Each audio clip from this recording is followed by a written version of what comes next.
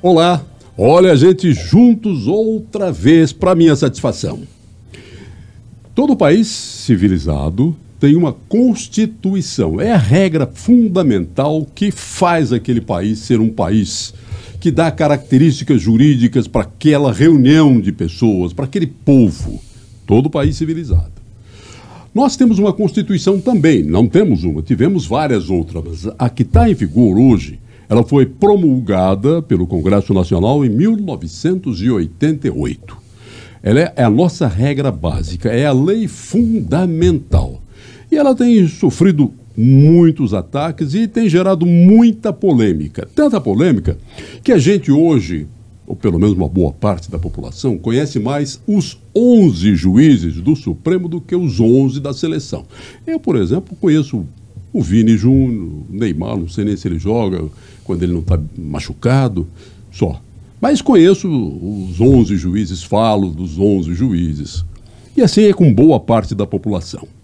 É sobre a Constituição, sobre como anda o judiciário, como a população está vendo o judiciário e reagindo ao que vem de Brasília, que nós vamos falar nesse episódio do Pode Tudo.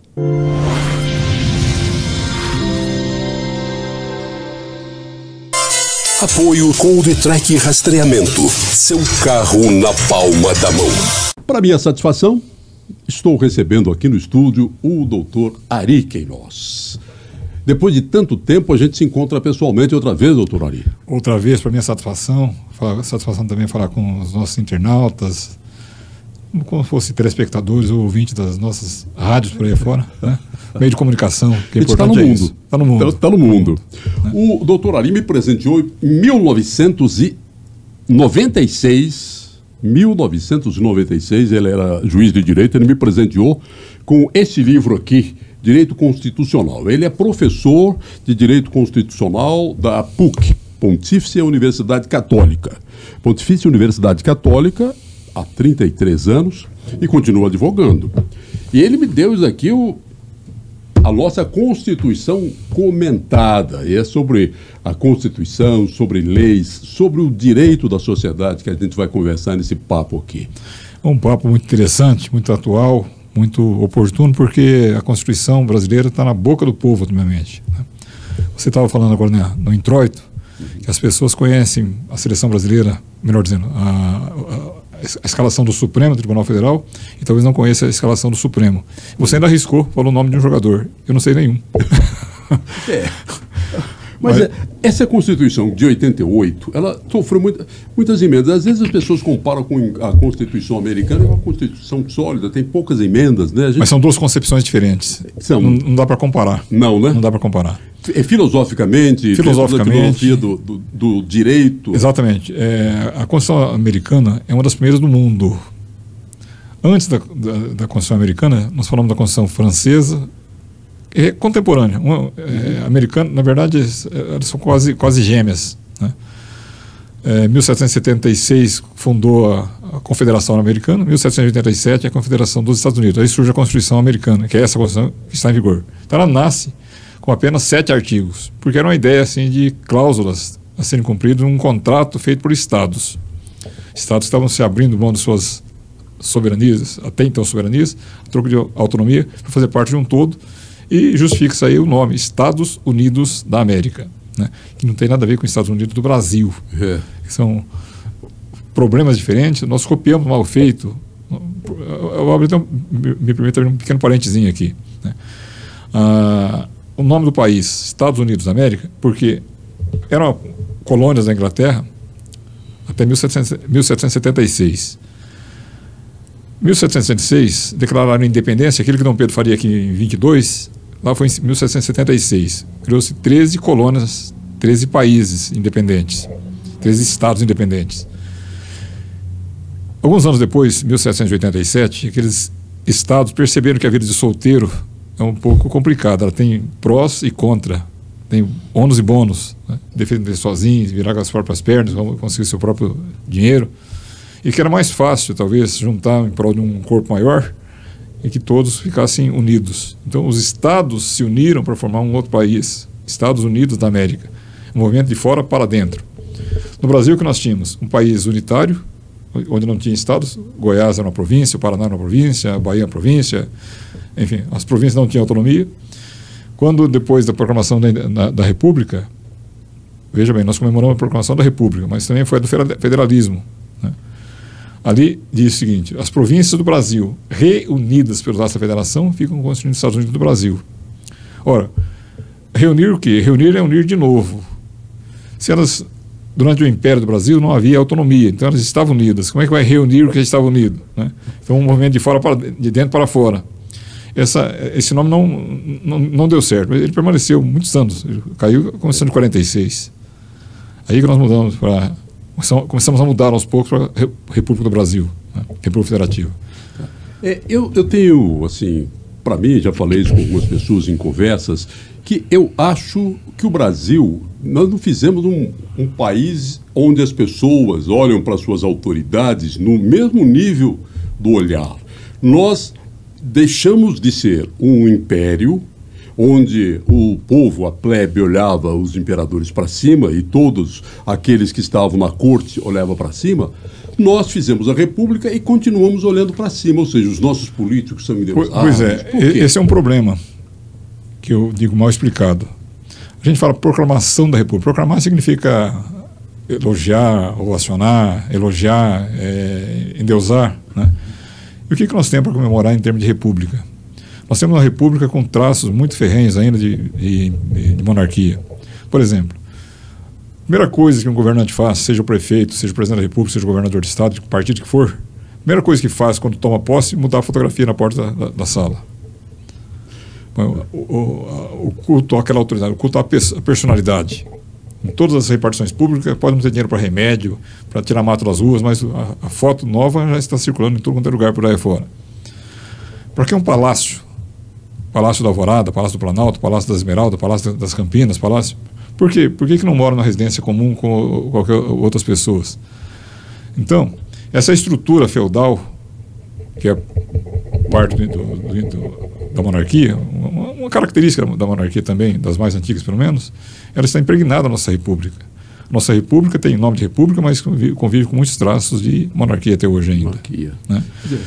Nós votamos no presidente da república, você elege a Janja. Você vota no Ronaldo Caiado, elege como chama? Esqueci o nome, nossa primeira-dama, a esposa do Caiado, né? A Gracinha. Gracinha. Né? Nada contra, não estou criticando a pessoa, estou dizendo as instituições. Porque nós votamos no presidente da república, no candidato, no Lula, no Bolsonaro, no prefeito aqui, no Sandro, no Fred. Votamos nessas pessoas. Não sei com quem que ele é casado. Só que essa pessoa, na sequência, vai ser ministro de Estado, secretário de Estado, não com o rótulo, mas vai chefiar a parte social, ainda que não tenha vocação nenhuma para isso também. Isso é coisa de monarquia. Né? Pois é, nós não perdemos esse traço. Não perdemos. Passados 100 e poucos anos, não perdemos até hoje. Então, é isso que eu digo. As pessoas não encaram o legislador, o governador, é um cara igual. Ele está lá para nos representar. Nós temos uma república, e está na Constituição, essa que o senhor comentou, uma república representativa. Ou seja, eu não posso falar diretamente porque não teria como 203 milhões de pessoas falarem ao mesmo tempo. Então a gente escolhe aqueles que vão falar e defender aquilo, coisas que a gente acredita. Então é representativa.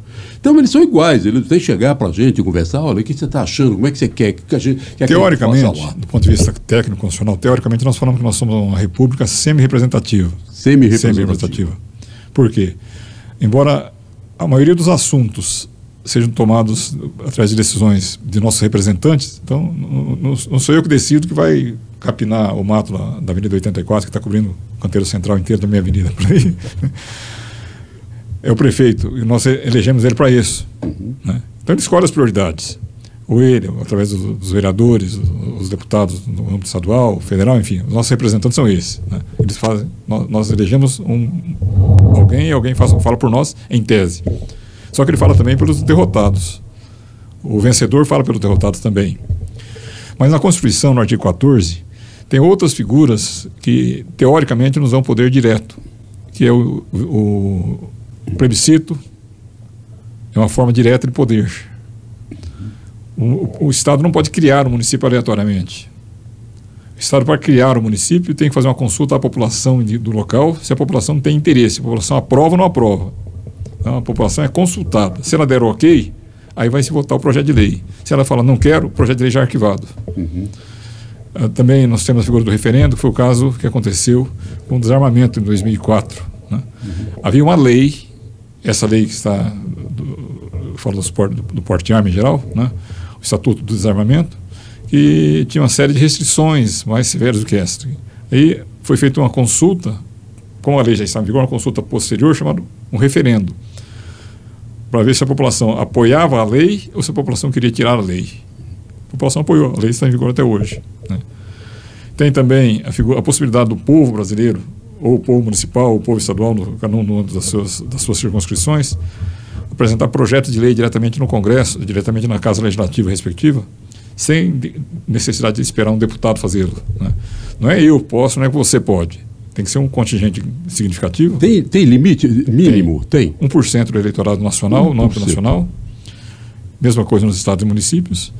E no caso nacional, 1% distribuído por 5 estados, cada um com pelo menos 3/10 da sua população. A rigor seria o seguinte: um abaixo-assinado com cerca de 1,5 milhão de assinaturas apresenta um projeto de lei, sem depender de deputado ou senador. E tem prioridade um projeto popular? Não tem. Não tem. Não tem.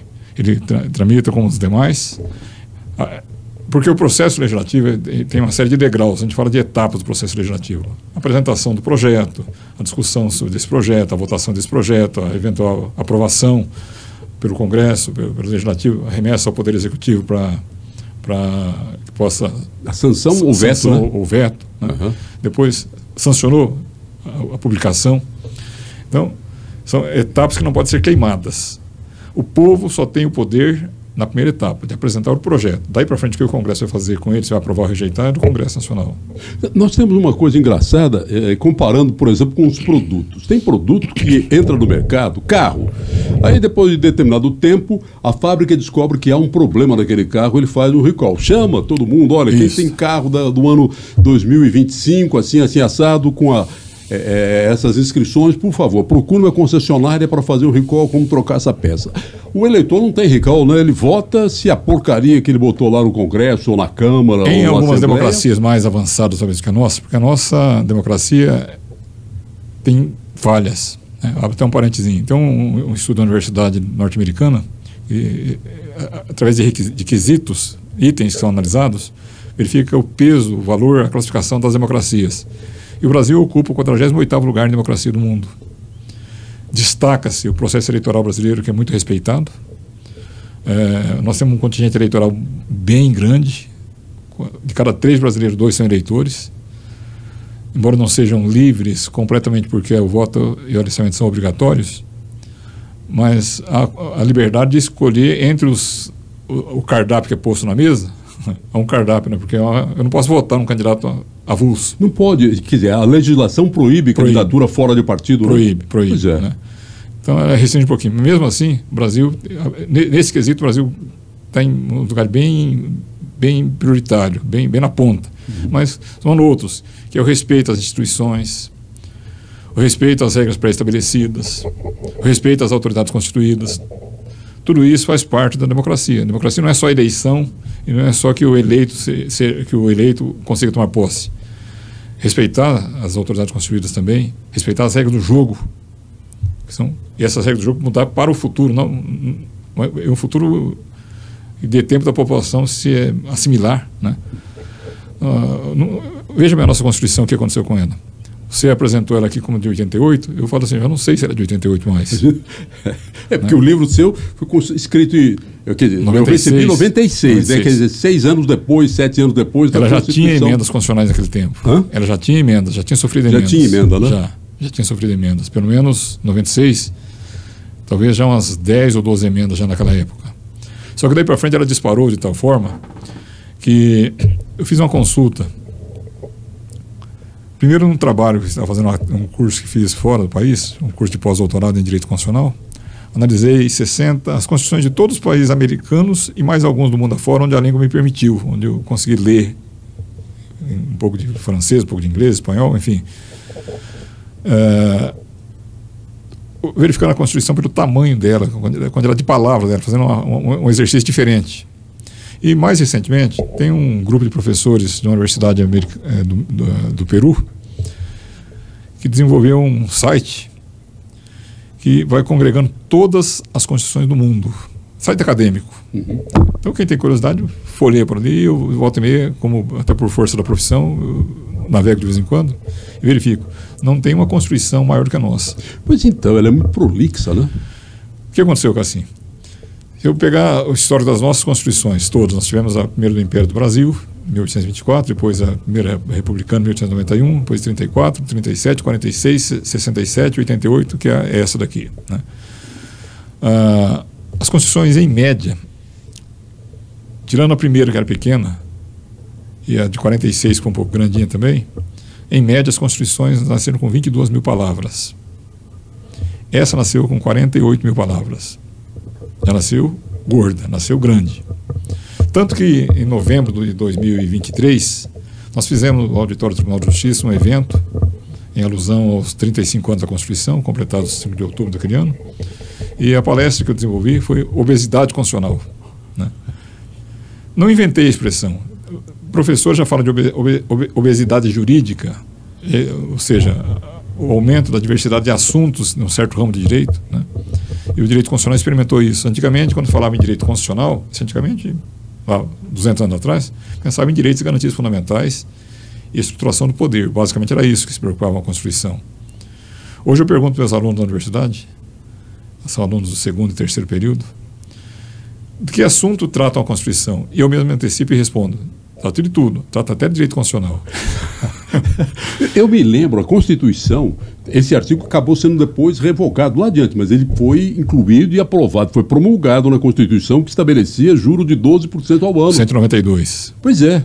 Olha, até a taxa de juros constar de uma Constituição... Existem concepções de Constituição. A dos Estados Unidos é uma Constituição muito elástica, muito aberta, né? Ela dá, na sua origem, 7 itens, 7 artigos, né? Que era o básico. Não entrava em minúcias, deixava as minúcias por poder legislativo ordinário, né? Até porque uma geração não tem o direito de fazer uma Constituição que as gerações seguintes sejam obrigadas a cumprir sem poder fazer as suas adaptações. Cada povo vai se organizando, né? Mas, como disse, a Constituição americana é uma das poucas. Tem constituições muito estáveis. A do Japão é muito pequena. O Japão, do pós-guerra, de 1947, não sofreu nenhuma emenda até hoje e tem 4.000 e poucas palavras. A nossa 48. Não, nasceu em 48. Não, digo... Nasceu em 48. Já dobrou. Então. Já dobrou. Né? Já? Para dobrar tinha que dar 97 mil, quase 100 mil palavras. Ela não deve ter chegado ainda, mas de tempos em tempos eu faço uma atualização. Com as emendas todas está quase 100 mil palavras já? Já. Porque até a ideia de emenda constitucional para nós aqui é diferente da concepção americana, né? Por exemplo, de ontem para hoje, está muito famosa a emenda 14 americana, né? Em razão da posse do presidente americano, que tomou uma série de medidas, entre elas dizer que filhos de imigrantes ilegais nos Estados Unidos não terão nacionalidade americana. Uma das medidas que ele tomou ontem, né? Bom, deixar claro que ele não surpreendeu ninguém. Ele disse que ia fazer isso. Ele está cumprindo a promessa de campanha. Se vai passar, se vai prevalecer, é outra história, que eu duvido que prevaleça, né? E ele sabe disso também. Só que ele joga populismo. Por quê? Porque a 14ª emenda da Constituição americana, que é de 1868, veja bem, aqui nós fazemos emendas constitucionais assim por dia, né? A 14ª... Semana passada teve... Não, o professor de direito constitucional vive uma vida insegura, ele nunca sabe se está atualizado, porque chega na sala de aula e fala uma coisa, o aluno fala: não, você já mudou isso ontem. Saiu no zap. Recebi um zap aqui que mudou ontem. Mas a 14ª emenda, ela tem 5 itens. Ela é grande, não é emendinha de um artigo. Ela trata basicamente, o primeiro item dela trata basicamente de nacionalidade, né? Porque ela tinha um propósito. Em 1868, havia 3 anos que tinha vencido a guerra da secessão americana, que aboliu, em 65, aboliu a escravatura americana, né? Os estados derrotados foram derrotados, tiveram que cumprir, mas não concordavam com a derrota. Então, a vontade dos estados confederados e de outros federados também, era de filho de escravo continuar sendo sem nacionalidade americana, um ser sem personalidade, sem o requisito jurídico de nacionalidade. Então a emenda 14 vem para isso, para dizer que o indivíduo nasceu nos Estados Unidos, não se perquire a identidade dos pais, não se perquire o motivo, se perquire se ele estava de passagem, se ele era um imigrante ilegal, se era um regularizado, se era um americano de 10ª geração, nasceu nos Estados Unidos, é americano. E o presidente da República agora, dos Estados Unidos, o presidente Trump, quer revogar isso através de um decreto, uma ordem executiva. Não passa. Pode passar? Pode. O direito não é matemática, claro, né? Mas provavelmente isso vai ser derrubado pelo primeiro juiz que for questionado, já vai derrubar, né? E a Suprema Corte jamais deixaria passar isso. Então, são concepções diferentes. A nossa Constituição é o seguinte: eu estou tentando tocar o país de acordo com a minha cabeça. Não deu certo, eu apresento a emenda constitucional para mudar a Constituição. Eu sou um professor de direito constitucional atuante há muitos anos. Se você me perguntar agora aqui, então não pergunte não, né? Quantas emendas nós temos? Eu falo, eu não sei. Era 130 e poucos esses dias atrás. Já 30 e poucos? Já? 130 e poucos. 130 e poucos? 130 e pouco, né? E nós temos duas sequências numéricas, inclusive. Então, a emenda número 1, número 2, número 3, é cronológica, né?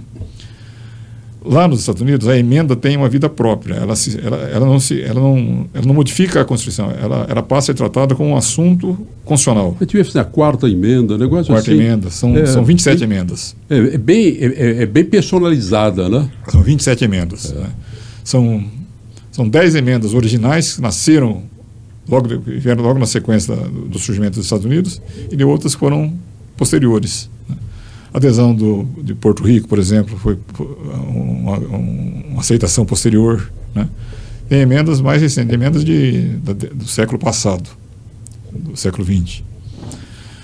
No Brasil, a emenda constitucional tanto serve para revogar artigos da Constituição, quanto para modificar artigo da Constituição, quanto para acrescentar, quanto para ter vida própria, separado, né? Por exemplo, se você for um credor do Estado, ou do município, ou da União, você tem que dar um dinheiro para receber do poder público, o tal do precatório, né? Precatórios são aqueles pagamentos das condenações judiciais que o poder público faz, programado para fazer a previsão orçamentária. Só que deu muito calote e vieram diversas tentativas de regularizar isso. Há poucos anos agora, em 2015, veio a emenda número 101. 101 ou 110, o número não importa, uma emenda constitucional, emenda 101, né, regulamentando os pagamentos de precatórios parcelados. Então, além dos artigos da Constituição, eu tenho os artigos das emendas constitucionais. E já são 130, vai somando. Aprovou uma semana passada de um assunto novo, nem me lembro o que foi que aprovou a semana passada, mas aprovou uma emenda. Durante as minhas férias aprovaram uma emenda esses dias atrás aí. Bom, só que além dessa sequência de 130 e poucas emendas, tem uma outra sequência de 1 a 6, que foi em 1993. Né? Por quê? O processo constituinte que gerou essa Constituição foi um dos mais longos e mais democráticos de todos os tempos. Muito aberto ao público. Né?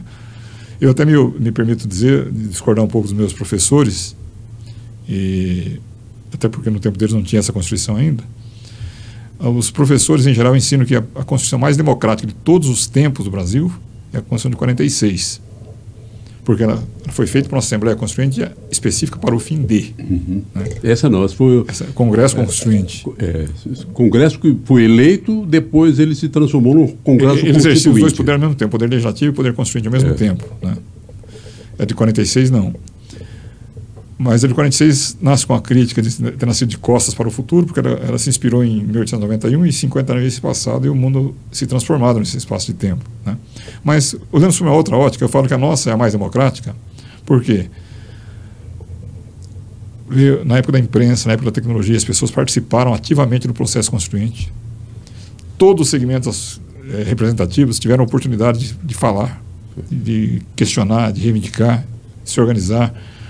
E quem se organizou melhor, conseguiu melhor. O Ministério Público, por exemplo, é um caso clássico. Né? O Ministério Público saiu de um quase nada jurídico que ele representava antes, não sabia se era executivo, se era legislativo, se pertencia ao judiciário, se era uma carreira para a magistratura. A ponto que as pessoas pensavam antigamente. Meu pai, por exemplo, quando eu passei no concurso direto para juiz, ele falou: o que esse menino fez? Né? Chegou a me perguntar: como é que pode ser juiz sem ter sido promotor? Achava que era uma escada, né? Uma escada. Era a mente das pessoas simples. Né? O Ministério Público sai desse estágio de desconhecido para um estágio proativo completamente. Ele é um centro da Constituição hoje em dia. E qual que é a figura jurídica hoje do Ministério Público? Ele não é um poder à parte, né? E também não pertence ao Poder Judiciário. Ele é uma função. Uma função de Estado. Função de Estado. Ele pertence ao Poder Executivo. Ele pertence ao Poder Executivo. É porque nós só temos 3 poderes. Ou pertence a um ou pertence a outro. Né? Ele não é legislativo, ele não é judiciário, ele é do Executivo. Só que ele tem autonomia em relação ao próprio Poder Executivo. Né? É porque ele pode denunciar o poder, investigar o poder executivo. Pode. Eu acho que uma falha que existe nesse ponto é não ter um órgão que fiscalize o próprio Ministério Público. Sim. Que tinha que ter também. Né?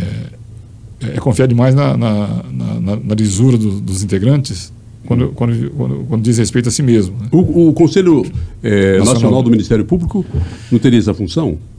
Ele tem, mas ele não foi criado com a Constituição, ele foi criado posteriormente. Né? E ele não é um órgão, em tese, que poderia fazer uma comparação. Tanto o CNMP como o CNJ não foram criados para verificar a atividade fim. O acerto de uma sentença, o acerto de uma denúncia criminal. Essa atividade fim, ela está na liberdade do juiz, na liberdade do promotor de justiça, em tese. Só que com o passar do tempo, talvez por falta de outro aparelho, o CNJ e o CNMP começaram a questionar também decisões judiciais e decisões tomadas. O CNJ, no caso das decisões judiciais, tem interferido no mérito, e o CNMP, no caso dos pronunciamentos dos promotores, suas manifestações. Né? O senhor, como professor de Direito Constitucional, e a gente falava agora há pouco a respeito da atividade, né, dessa proatividade do Supremo Tribunal, isso já contaminou outras instâncias também da justiça no Brasil, mas o Supremo é o mais proeminente, a gente se vê muito mais porque ele age e interfere na vida do país todo.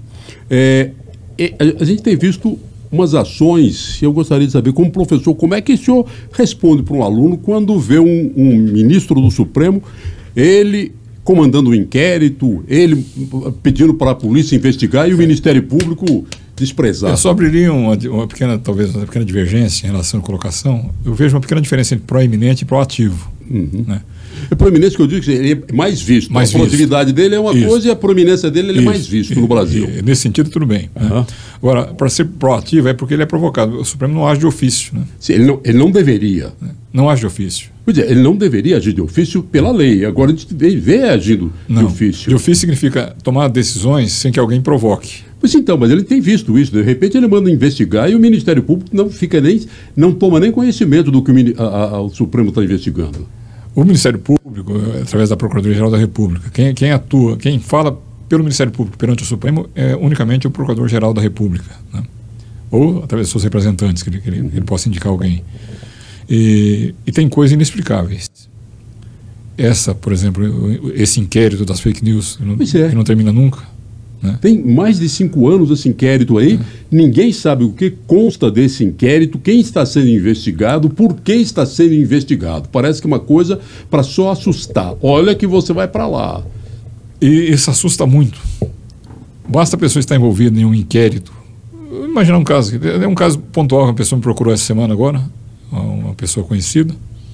Tem um inquérito que a polícia está investigando, aqui de Goiás, a Operação Caça-Níqueis, da semana passada, né?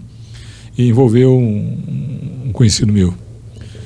Ele não mexe com isso, mas alguém com quem ele mexe, com quem ele tem negócio, há uma ramificação. E aí a polícia pediu mais 90 dias de prazo, a justiça concedeu para concluir o inquérito. Ele falou assim: o que pode acontecer nesse meio tempo? Né? Então, eu estou fazendo apenas uma comparação pequena. É uma coisa que fica aberta indefinidamente. Um inquérito aberto indefinidamente é uma pena para quem é inocente. Né? O culpado já se sente punido. Imagina uma pessoa inocente, você está no inquérito, você não sabe até onde vai levar. Eu discordo desse inquérito ficar aberto todo esse tempo. Mas tem coisa interessante, né? Uma coisa vai levando a outra. O Brasil entrou numa encruzilhada a partir de 2020, o eles e o nós, uma situação muito ruim, de criar até inimizade entre famílias, o direito e o esquerdismo, os excessos a todos os lados, né? E eu sempre me reservei, como professor de direito constitucional, direito eleitoral, como magistrado, as pessoas que conversam comigo não sabem as minhas tendências políticas. Eu tenho minha preferência, mas não exteriorizo, né? E respeito qualquer que seja as posições que venham à minha direção. Mas aquele sujeito explodiu um carro, queria matar os ministros do Supremo, matar o Alexandre Moraes. Um vai lá e explode o carro forte no aeroporto, outro queria explodir um carro na frente do Supremo. Aí vem os kid, como é que chama? Kid pretos, que a Polícia Federal está investigando, que pelo menos até agora o que se notícia, tentativa, cogitação pelo menos de matar o presidente da República, o vice-presidente da República, matar o ministro Alexandre Moraes. Ele fala, então o Alexandre Moraes não poderia conduzir esse inquérito porque ele é vítima. E ameaça a todos os 11 ministros. Quem que investigaria? O senhor toca num assunto interessante. Existe um princípio interessante, só para completar, né? Quem cria confusão não pode ter proveito dela própria. Se eu represento contra um juiz, eu não posso arguir impedimento do juiz. Tá. Mesmo vítima, o próprio Supremo disse, não, ele pode cuidar disso daí, sim, mesmo que ele haja um interesse pessoal nessa questão. Mas o que chama a atenção é, por exemplo, são pessoas que estão presas naquele 8 de janeiro, que chamaram de tentativa de golpe, quando, na verdade, para mim, aquilo foi um badernaço. Até o ex-ministro da Justiça disse que não teve, o atual ministro da Justiça, da Defesa, disse não teve, que foi uma baderna. Não tinha líder, não tinha comando, não tinha nada, não tinha arma, não tinha tanque. Eu nunca vi uma tentativa de golpe que o exército não venha na frente do povo ou atrás do povo para dar força, né? Não tinha nada, não acharam um estilingue, mas foi tudo considerado como uma tentativa de golpe quando foi um badernaço sem tamanho. Não é que não haja culpa, não haja crime, mas foi um badernaço sem tamanho. Aí todos foram levados para ser julgados pelo Supremo. E a Constituição, eles não tinham direito a foro privilegiado, ou seja, prerrogativa de foro. E a própria Constituição, eu li aquilo que o senhor escreve, né? Todo mundo tem direito a juiz natural. Ou seja, o juiz natural, primeiramente, o juiz natural e depois duplo grau de jurisdição. Ou seja, eu não posso não ter recurso nenhum. Alguém me julga, fala que eu sou culpado, eu não tenho grau de recurso nenhum, como está acontecendo com essas pessoas. Isso não é ilegal? Eu penso que sim. Penso que sim, eu concordo com essa, né? Eu tenho uma pequena divergência em relação à valoração dos fatos em si, mas qualquer que fosse o fato, seja um golpe ou seja um badernaço, quem destrói um prédio público tem que responder pelas consequências, tem que arcar com as consequências, né? Mas deveria arcar, na minha concepção, perante o juiz natural, que é o juiz de primeira instância. No caso, bens públicos federais, Justiça Federal, sem dúvida alguma.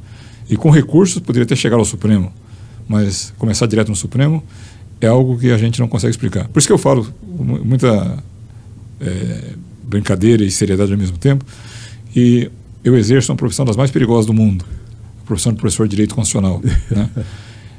Ensinar na sala de aula com convicção, meus alunos sabem que eu falo isso, eu sou convicto das minhas posições, ensino com convicção, ou pelo menos tento ensinar, pelo menos eu tenho feito isso há 44 anos, e no dia seguinte sai uma decisão diferente, no oposto lá em Brasília, né? Agora, quem estuda Direito Constitucional aprende também outra coisa, duas respostas. Diz que uma Constituição é um conjunto de letras e não significa o que significa, ela significa o que o intérprete significa, ela significa. Mas eu não posso dar uma interpretação, já que eu estou interpretando, já que eu sou o juiz, quando o senhor é um escritor que comenta a Constituição, né? Um jurista que comenta a Constituição, só coloca ali as suas ideias, a sua visão daquilo que está na Constituição. Ponto. Alguém concorda ou não concorda. Mas quando eu sou juiz e estou usando uma visão muito pessoal, principalmente o juiz do Supremo, eu estou... Ali, a vida de pessoas estão sob aquela minha visão. Mas são seres humanos, né? Mas não tem grau de recurso para alguém poder falar, olha, dá uma revisada decisão desse juiz do Supremo. Quer dizer, não tem como fazer isso. O sistema é... Alguém tem que falar por último. Tem que ter fim. Um dos principais, na minha concepção, um dos principais juristas do país, sob a ótica técnica, tem gente que não gosta dele de forma alguma, Gilmar Mendes. Para mim é um jurista mais completo do Supremo Tribunal Federal. É o que mais entende direito constitucional. Quando eu estudei para concurso na década de 90, ele já era veterano, já escrevia livros de direito constitucional há muitos anos, né? Ele fala bem isso também, sobre o poder de falar por último. Mas eu me recordo, um colega seu, certamente, Armando Ascioli, saudoso Armando Ascioli. Trabalhamos juntos. Em 2003, tinha uma polêmica nacional, que era a chamada taxação dos inativos. Lembra desse assunto? Veio a imprensa durante 2003, foi 2003, primeiro mandato do Lula. Foi a reforma da Previdência, sim, que passou a exigir contribuição previdenciária dos aposentados, né? Quem ganha até 10 salários mínimos, não. Mas quem estava aposentado ganhava mais do que isso, e vai encontrar isso no serviço público, as viúvas, os pensionistas passaram a pagar contribuição previdenciária, né? E ninguém queria pagar, claro. Se eu aposentei, eu era isento. Não? Antigamente você completava os requisitos, aposentava, não ficava isento da Previdência Social. Aí criou essa contribuição, taxou os inativos, taxação dos inativos. Eu proferi uma decisão, como juiz da Fazenda Pública, numa ação proposta ou pelo Ministério Público, eu creio, ou pelos fiscais, porque as classes estavam se movimentando contra essa cobrança. Mas, particularmente, eu dizia que era direito adquirido. Então, aplicaria daqui para frente, mas quem estava aposentado, na minha concepção, permanecia isento, né? Essa decisão saiu, a imprensa noticiou, a senhora escreveu no jornal, uma lição para o Supremo Tribunal Federal. Eu me senti todo envaidecido. Mas por que ele disse isso? Porque beneficiava o assunto de interesse dele. Uhum. Ele era um contribuinte, alguém que estava sendo afetado pela emenda 41. Né? Então, se ele encontra um juiz que declara a emenda constitucional, aquela lei, aquele dispositivo constitucional, anulando aquele dispositivo, ele vai aplaudir essa decisão. Mas nós tivemos agora, recente em termos de história, né? Quando o Supremo decidiu que qualquer réu condenado por um tribunal, por um colegiado, primeira, segunda instância, ou segunda instância já, um colegiado, total da prisão em segunda instância, começava a cumprir a pena. 3 anos depois, o mesmo Supremo, com a mesma formação, acabou com isso, ele mesmo... Isso é muito próprio do direito. Hã? Muito próprio do direito. Mas eu entendo isso daí também, embora não seja mestrado nem letrado nessa área, mas pela vivência a gente sabe. Mas uma mesma geração de juízes, não houve alteração naquele colegiado. Trocou 5%, 10% da composição para mudar. Mudar de ideia é próprio do ser humano, é um sinal de grandeza. Eu fico muito triste quando no dia a dia, como advogado, hoje que sou advogado militante, advogando muita intensidade por sinal, você tem uma sentença que você é visível, não é porque você está perdendo ou ganhando, sai desse caso, analisa de forma isenta, você vê que a sentença está errada, né? Tem uma omissão, tem uma contradição escancarada, você mostra isso ao juiz através do recurso, ele fala assim, o juiz não é obrigado a se manifestar sobre tudo que a parte fala, né? Eu entendo que está faltando grandeza para esse indivíduo. Reconhecer seu erro. Reconhecer o erro e voltar atrás, né? Quando o Supremo passou a entender lá atrás que com 2 condenações, primeira e segunda instância, vai para a cadeia, eu nunca concordei com isso. Porque está escrito expressamente na Constituição que ninguém se reputa culpado enquanto não transitar julgado a sentença.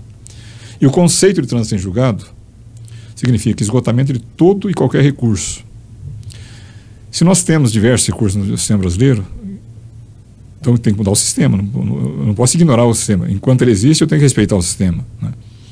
E esse sistema está escalonado. Tem os juízes de primeira instância, tem os tribunais de segundo grau, tem o STJ, tem o Supremo. E qualquer pessoa condenada vai tentar recorrer para onde for possível. Depois que ele esgota no Supremo, ele pensa na Santa Sé, pensa Tribunal Penal Internacional, pensa, né? Só que em sã consciência, a gente, de uma forma isenta, eu não posso ser juiz de mim mesmo, né? Eu de fora, eu jamais aceitaria, como um cidadão brasileiro, Não como culpado eu aceitaria. Agora, como cidadão, como professor, como um indivíduo isento, eu não aceitaria jamais uma decisão de um tribunal internacional superpusesse a nossa soberania. Nós temos a nossa própria justiça, nossas próprias instituições, nossa própria soberania. Né? Eu já vi advogado reclamando que o nosso direito é muito recursal. Tem recurso para tudo. Quer dizer, e acaba protelando... Isso é porque ele está ganhando. Hã? Porque quem está perdendo acho que é pouco. Aí é que tá. Mas dizem que é recursal demais. Eu me lembro, o próprio julgamento do atual presidente, quando ele estava lá, ele teve mais de 70 recursos negados pelo Supremo. Olha bem. Então, quer dizer, é muito recurso. Basta ter um bom advogado que conheça da lei ou ter alguma influência lá para poder fazer tramitar algum recurso e ele consegue ir protelando isso daí. Não há dúvida que a influência, o trânsito das pessoas influencia nas decisões. Não é que ele é um advogado fora da curva. Ele é bom, mas como ele deve ter muitos advogados bons. E réus, na situação do Lula, deve ter tantos outros. Só que o Lula tinha visibilidade.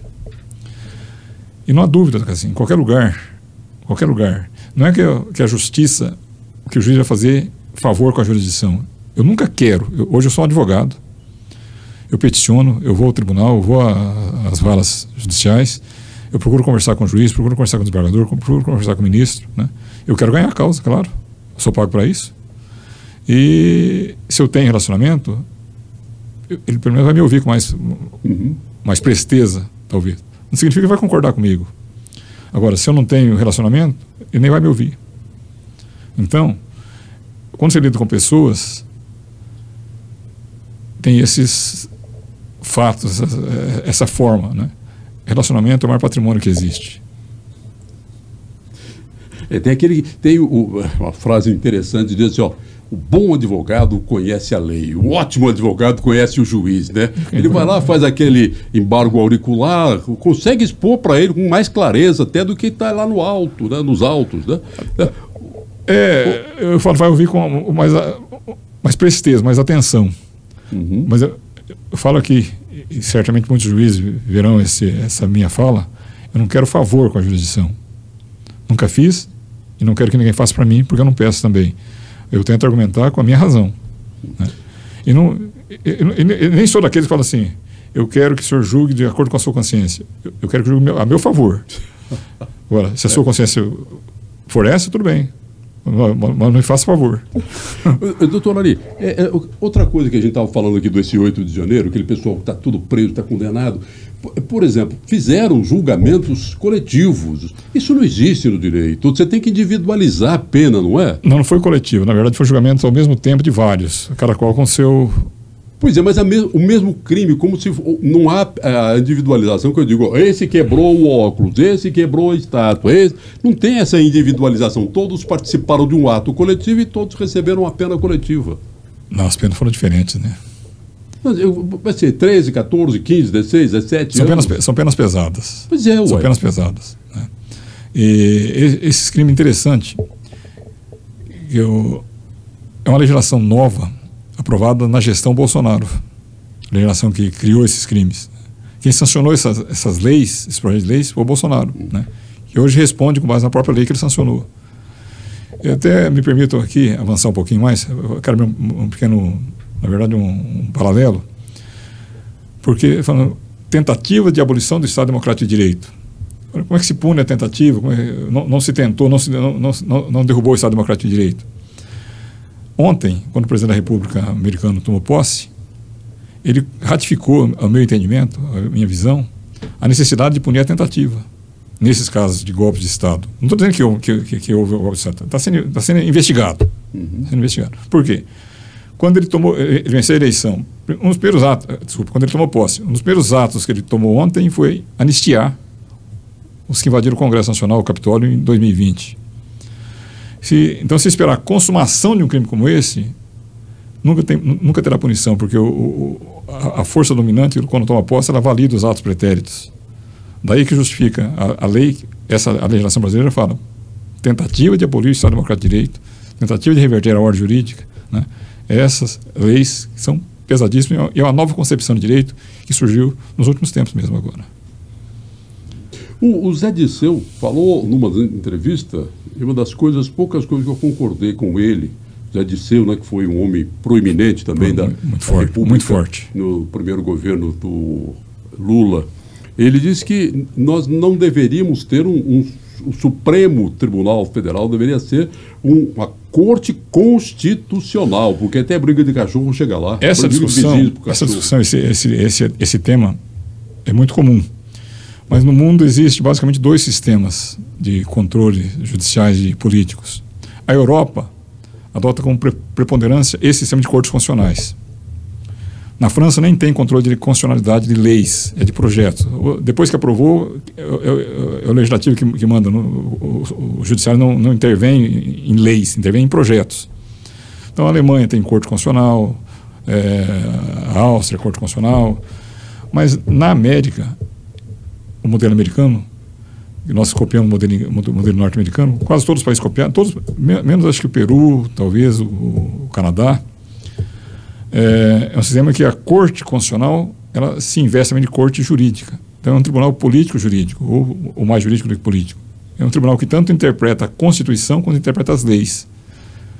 Faz o controle tanto da supremacia da Constituição, quanto, em alguns casos, controle de legalidade. Né? Agora, para mudar isso, mudar uma concepção, mudar toda a nossa história. Eu diria, não estaremos inventando a roda, mas estaremos mudando a roda, trazendo uma roda que nunca teve aqui no solo americano. E não me parece que o problema seja esse. O problema nosso é o tamanho da Constituição. Voltando à minha pergunta, que tipo de assunto tem na Constituição? Tem de tudo, tem até direito constitucional.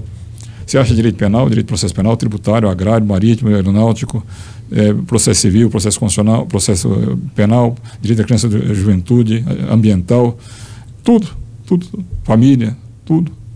Propriedade, posse, terra, tudo está na Constituição. Se tudo está na Constituição, em tese, tudo pode ir ao Supremo Tribunal Federal. Basta ter um advogado que sabe explorar a Constituição. Bom, e o horizonte visto daqui, dessa ponte de observação, não tem a menor chance de mudar isso, de melhorar um bocadinho, né? Que a gente vai vendo cada vez mais uma atividade jurídica que passou a ser política. Eu vi outro dia o presidente do Supremo, o Luiz Roberto Barroso, dizendo não, hoje não tem mais aquela figura só de analisar questões jurídicas, hoje o Supremo tem uma função política também. Eu não entendi onde está na Constituição esse poder político do Supremo. É o seguinte, a Constituição é uma decisão política, a Constituição em si. Né? Carl Schmitt falava já isso há mais de 2 séculos. A Constituição, no singular, é uma decisão política. O que ele quer dizer com isso? Isso a gente ensina no primeiro período de Direito Constitucional na faculdade. São as concepções sociológica, política e jurídica da Constituição. Cada palavra empregada na Constituição é uma escolha política. Mas depois que ela é escolhida, depois que ela está na Constituição, se torna uma concepção jurídica. Eu tenho que cumprir. Então, não se discute uma Constituição. Cumpre-se a Constituição. A lei, o legislador não pode escolher a palavra que vai pôr. Ele tem que escolher uma palavra que não contraria a Constituição. Mas na Constituição ele é livre, é soberano. Mas nós vimos, a própria Constituição diz que o parlamentar, ele é livre, ele não pode ser punido por quaisquer, tá essa palavra, quaisquer palavras, voto, ele não pode. Mas caçaram, o Supremo caçou parlamentar por manifestação de opinião, de pensamento. Eu posso discordar, eu posso xingar, falar, não, mas daí está tudo errado, mas eu tenho que respeitá-lo. É uma questão, o direito não é matemática, né? O direito não tem uma... Sim, mas está na Constituição, não é uma questão interpretativa, é uma questão de leitura. Leu, é aquilo ali, não tem onde escapar do que está escrito ali. Depende, eu vejo que depende. Né? Para o professor de direito... É um bom advogado, viu? Para o professor de direito, mas a solução é essa, quando não sabe ele fala depende, né? Dá tempo de pensar até o interlocutor esquecer a pergunta. Mas é porque tudo tem que ter um fim. Tem que ter uma finalidade. O fim, não é fim de encerrar, eu falo fim de finalidade, de objetivo. Né? Quando estabelece a imunidade parlamentar, é para quê? Para que ele possa exercer o mandato parlamentar, não extrapolar. Os excessos não podem ser admitidos em lugar nenhum. Mas não tem em lugar nenhum escrito excesso. Não está. A própria juíza, eu me lembro da Carmen Lúcia, quando integrava o Tribunal Superior Eleitoral, a Constituição proíbe a censura, proíbe. Ela votação que teve lá, se permitia ou não que se colocasse no ar um documentário do Brasil Paralelo. Ela mesmo disse, olha, a Constituição, ela, no voto dela, ela disse, olha, a Constituição proíbe a censura, mas num caso excepcionalíssimo ocorrido na Constituição, não achei essa palavra, excepcionalíssima. Então ela não poderia extrapolar daquele direito que a Constituição lhe dá. É isso que eu digo, a Constituição não é exatamente o que aos olhos da primeira palavra parece ser. Vou dar um exemplo aqui. Paralelo. Alguns anos atrás, um crime federal envolvendo um diretor de uma empresa multinacional em São Paulo teve uma prisão decretada pela Justiça Federal de São Paulo, interior de São Paulo. Ele era diretor de uma multinacional de bebida, alguma coisa. Bom, e através de habeas corpus, o assunto acabou subindo ao Supremo Tribunal Federal. O Supremo concedeu a ordem de habeas corpus, mandou libertar o preso e devolveu o processo para que o juiz cumprisse a ordem, então. E o juiz, ao cumprir a ordem, cumpriu a ordem, mas decretou a prisão na sequência de novo, de imediato. Né? Manda soltar aqui e decreta aqui.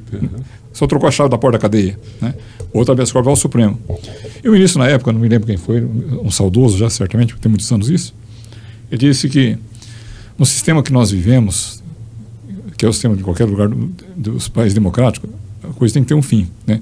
Então, esse poder de falar por último é um poder perigoso, um poder pesado demais. A última palavra é muito pesada. Mas se alguém tem que ter a última palavra, queira do outro juiz, me desculpar, mas quem tem que ter é o Supremo, não pode ser um juiz. Entendeu? Então, a Constituição é mais ou menos isso. A Constituição está desculpa, a Constituição. A Constituição em si, ela tem um texto a ser interpretado. Os textos são interpretáveis. Tanto professores já ensinavam há muitos anos as chamadas palavras viajantes.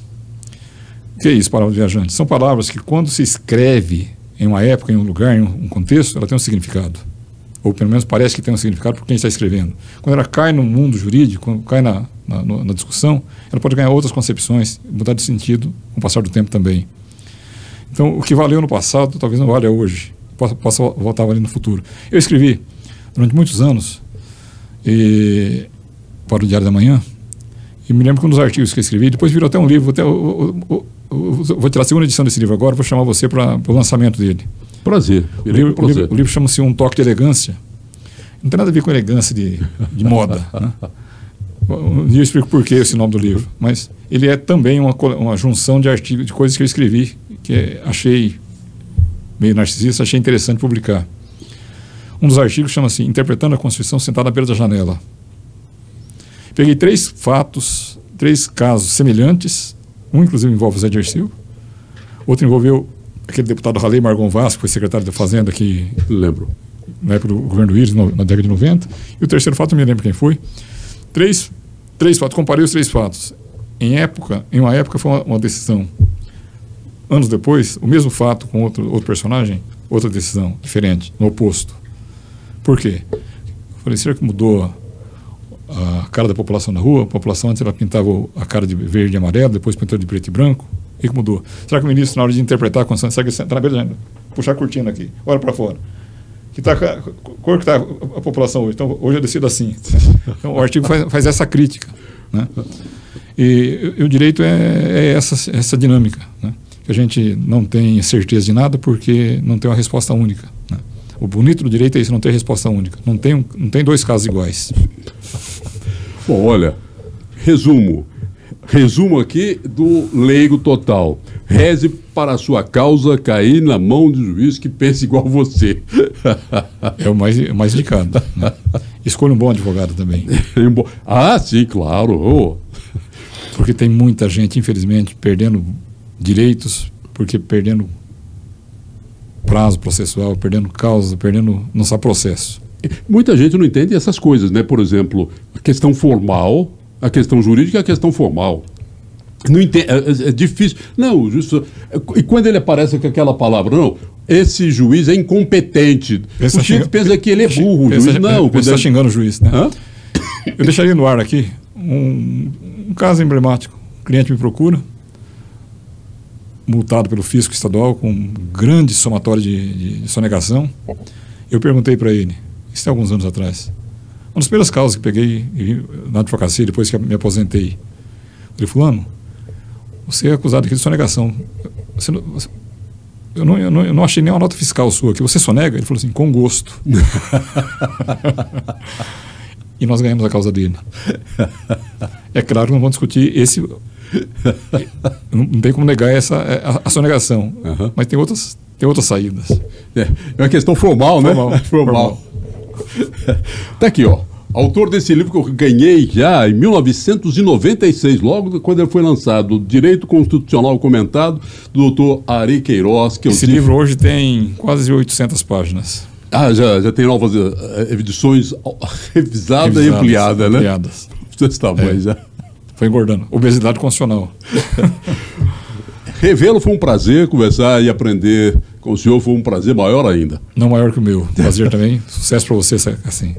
Obrigado por ter aceitado esse convite para conversar e ensinar a gente um pouco sobre direito constitucional. Querendo uma nova oportunidade, podemos continuar outro dia. Opa, isso daqui vai a obesidade constitucional. Perfeito. Tá. E a você que acompanhou, por favor, se inscreva no canal, comente, compartilhe, ajude a conseguir apoio para continuar produzindo conteúdo interessante. Foi um prazer ter comigo essa sua atenção nesse episódio do Pode Tudo. Apoios Cold-Track Rastreamento. Seu carro na palma da mão.